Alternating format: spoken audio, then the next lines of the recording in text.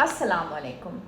लस्सी का इस्तेमाल अक्सर मेरे डाइट प्लान्स के अंदर होता है, क्योंकि वैसे भी सख्त गर्मी है इस वक्त, और लस्सी अगर आप शाम में ले लेते हैं, साथ में थोड़ी आप वॉक भी कर रहे हैं, उसके बाद ले ली, इट्स वेरी गुड, कोई हर्ज नहीं है। कैल्शियम की बहुत अच्छी सोर्स है।